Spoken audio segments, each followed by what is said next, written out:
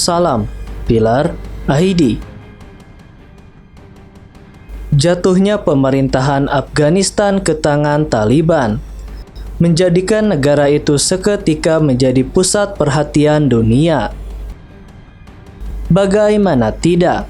Pasalnya Amerika Serikat yang telah berperang di sana selama 20 tahun disebut pulang dengan kekalahan dan Taliban dinyatakan sebagai pemenangnya.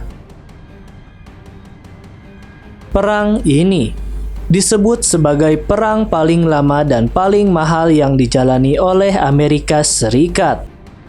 Lebih dari 978 miliar dolar Amerika Serikat atau 14 kuadriliun rupiah telah dikucurkan oleh Amerika dalam perang ini.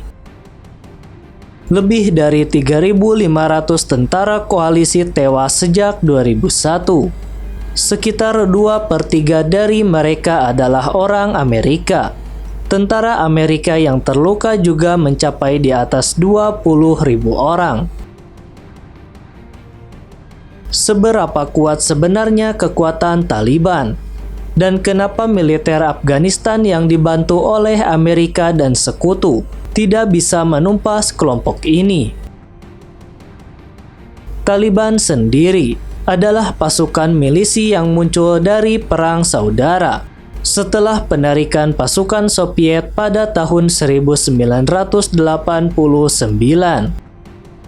Kelompok ini bersumpah memerangi korupsi dan meningkatkan keamanan dan juga menerapkan hukum Islam di negara Afghanistan. Taliban mulai berperang dengan Amerika Serikat setelah invasi negara adidaya tersebut pada tahun 2001. Amerika menginvasi Afghanistan karena Taliban yang memimpin negara pada saat itu dianggap melindungi pemimpin Al-Qaeda Osama bin Laden yang diidentifikasi Amerika sebagai dalang dari serangan ke gedung WTC.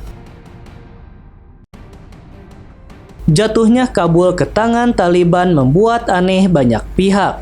Pasalnya pemerintah Afghanistan seharusnya secara teori masih berada di atas angin dalam pertempuran dengan kekuatan lebih besar yang dimilikinya.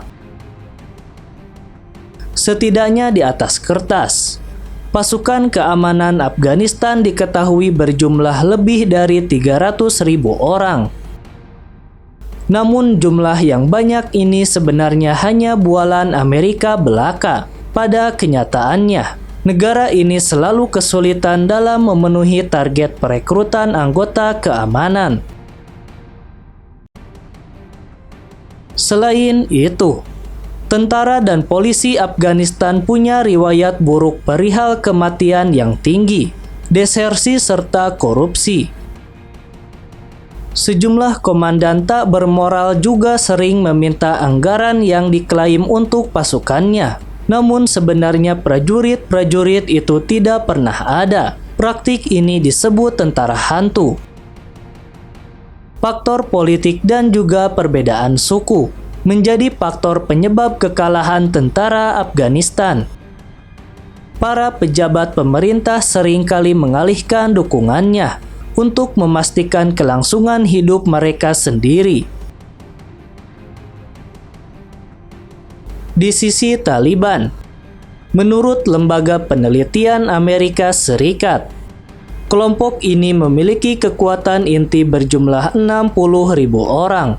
Dengan tambahan kelompok milisi dan pendukung lainnya, jumlah mereka bisa melebihi 200.000 personel.